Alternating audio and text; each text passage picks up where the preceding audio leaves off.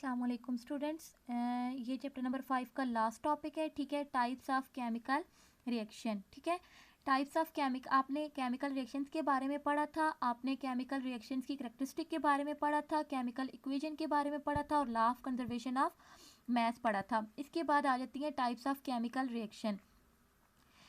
Chemical reaction की main 4 types हैं। ठीक है, आपके पास addition reaction, decomposition reaction, single displacement reaction, double displacement reaction. ठीक है, तो हम बारी बारी इन सबको एक्सप्लेन करते हैं। सबसे पहले आपके पास आ जाता है एडिशन रिएक्शन।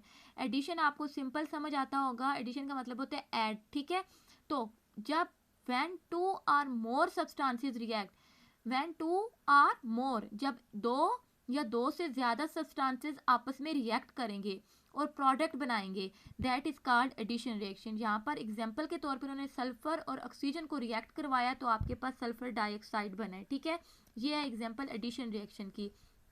फिर आ जाते हैं आपके पास डिकम्पोजिशन रिएक्शन। डिकम्पोजिशन का मतलब होता है ब्रेक करना, तोड़ना। ठीक है, तो व्हेन ओनली वन रिएक्टेंट, जब हम एक ही रिएक्टेंट को लेंगे, ठीक है, तोड़ना है ना हमने, तो एक ही रिएक्टेंट को लेंगे and break to form product, और प्रोडक्ट बनाएंगे, that is called decomposition reaction.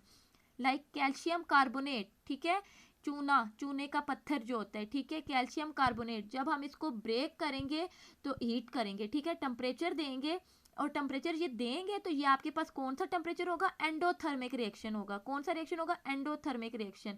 जब ये टेम्परेचर एब्जॉर्ब करेगा तो आपके पास कैल्शियम ऑक्साइड क्विक लाइम, ठीक है, प्लस कार्बन डाइऑक्साइड आपके पास रिलीज कर देगा। तो ये आपके पास क्या था, डिकम्पोजिशन रिएक्शन था, जो कि एक रिएक्टेंट टूट के उसने 2 प्रोडक्ट बना दिए। नेक्स्ट आपके पास आ जाता है सिंगल डिस्प्लेसमेंट रिएक्शन। डिस्प्लेसमेंट का मतलब होता है कि एक रिएक्टेंट, हम 2 रिएक्टेंट लेंगे तो एक रिएक्टेंट के साथ से एक एलिमेंट दूसरे एलिमेंट की तरफ चला जाएगा।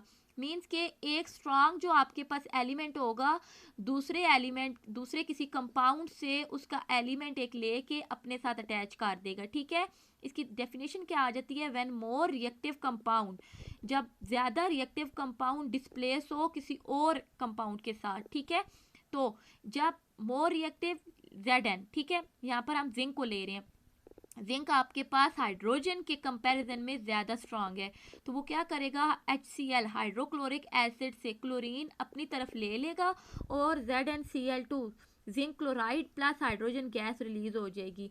तो ये आपके पास क्या है, सिंगल डिस्प्लेसमेंट रिएक्शन। ठीक है, और इसी रिएक्शन की करेक्टरिस्टिक आपके पास, जो केमिकल रिएक्शन की करेक्टरिस्टिक थी कि आपके पास एवोल्यूशन ऑफ गैस होती है, तो यहाँ पर आपके पास हाइड्रोजन गैस रिलीज हो रही है और यहाँ पर वो करेक्टरिस्टिक फॉलो हो रही है। ठीक है, लास्ट आपके पास आ जाता है डबल डिस्प्लेसमेंट रिएक्शन, या हमने जो पीछे आयन एक्सचेंज किया था। ठीक है, ऐसे रिएक्शन जिनमें एक एलिमेंट का एक जो आपके पास आयन होता है दूसरे एलिमेंट के आयन से एक्सचेंज हो जाए, ठीक है, डिस्प्लेस हो जाए, तो उसको हम क्या कहेंगे, डबल डिस्प्लेसमेंट। सिंगल डिस्प्लेसमेंट में ओनली वन कंपाउंड, ठीक है, एक एलिमेंट ने एक ही कंपाउंड से जो आयन था वो लिया था, ठीक है, और आपके पास कंपाउंड बनाया था। यहाँ पर क्या होगा कि दोनों रिएक्टेंट, ठीक है, 2 रिएक्टेंट होंगे और दोनों के आयन एक्सचेंज होंगे। जैसे पहले के ऊपर पॉजिटिव चार्ज था, H पे अगर पॉजिटिव चार्ज था, ठीक है, और क्लोरीन पे नेगेटिव, और यहाँ पर भी सोडियम पे पॉजिटिव और OH पे नेगेटिव चार्ज था, तो यहाँ पर आयन एक्सचेंज होगा, एक कंपाउंड का आयन दूसरे कंपाउंड की तरफ और इस कंपाउंड का पॉजिटिव दूसरे कंपाउंड की तरफ मूव करेगा। ठीक है, तो ये आपके पास है डबल डिस्प्लेसमेंट रिएक्शन, और यहाँ पर ये आपका चैप्टर नंबर 5 क्लोज हो जाता है और आपके पास प्रोडक्ट बनेगा वाटर, ये H और OH, तो H2O की फॉर्म में वाटर और NaCl की फॉर्म में सोडियम क्लोराइड आपके पास मिल जाएगा।